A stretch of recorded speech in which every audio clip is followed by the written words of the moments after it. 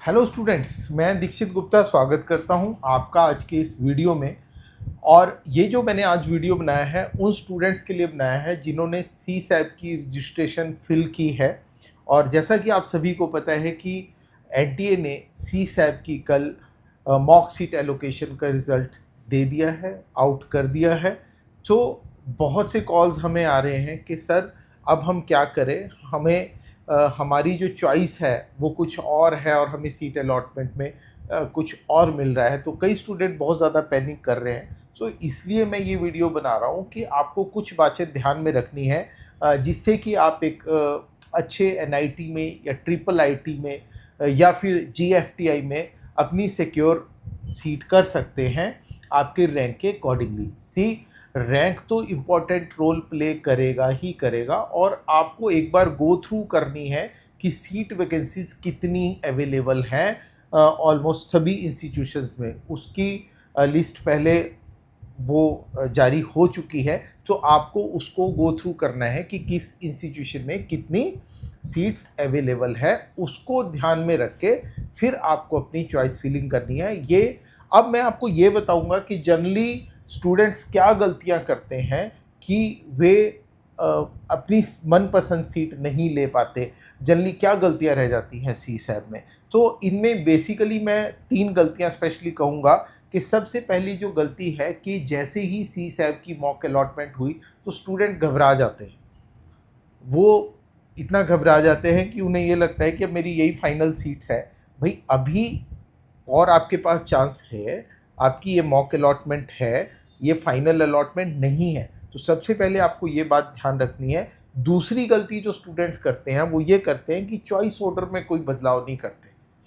उन्होंने जो final choice order बना दिया उसी में ही वो स्टिक्ट रहते हैं। ये गलती आपको नहीं करनी है। अगर आपको मनचाही सीट में नहीं मिलती तो भी आप अपनी पसंद के अनुसार चॉइसेस को ऊपर नीचे कर सकते हैं। जो तीसरी गलती स्टूडेंट करते हैं वो ये करते हैं कि सिर्फ अपने ड्रीम कॉलेजेस की चॉइसेस फिलअप कर देते हैं, चुन लेते हैं। नो डाउट स्टूडेंट्स, मैं आपके साथ एग्री करता हूँ कि हर कोई अच्छी एनआईटी में या ट्रिपल आईटी में जाना चाहता है, लेकिन हमारा रैंक बहुत ज़्यादा रोल प्ले करता है। रैंक के बियॉन्ड हम कुछ भी नहीं कर सकते, वो चीज़ें हमारे हाथ में नहीं है। लेकिन फिर भी आपको अपने इंस्टीट्यूशंस को 3 कैटेगरी में डिवाइड करना चाहिए। पहले कि ड्रीम कॉलेजेस जो आपके हैं, रियलिस्टिक कॉलेजेस जो आपको मिलने वाले हैं, और सेफ कॉलेजेस जिसमें आप सेफ है। अगर आप ये 3 चॉइसेस के अकॉर्डिंगली या इन तीनों के अकॉर्डिंगली अपनी चॉइसेस फिलअप करते हैं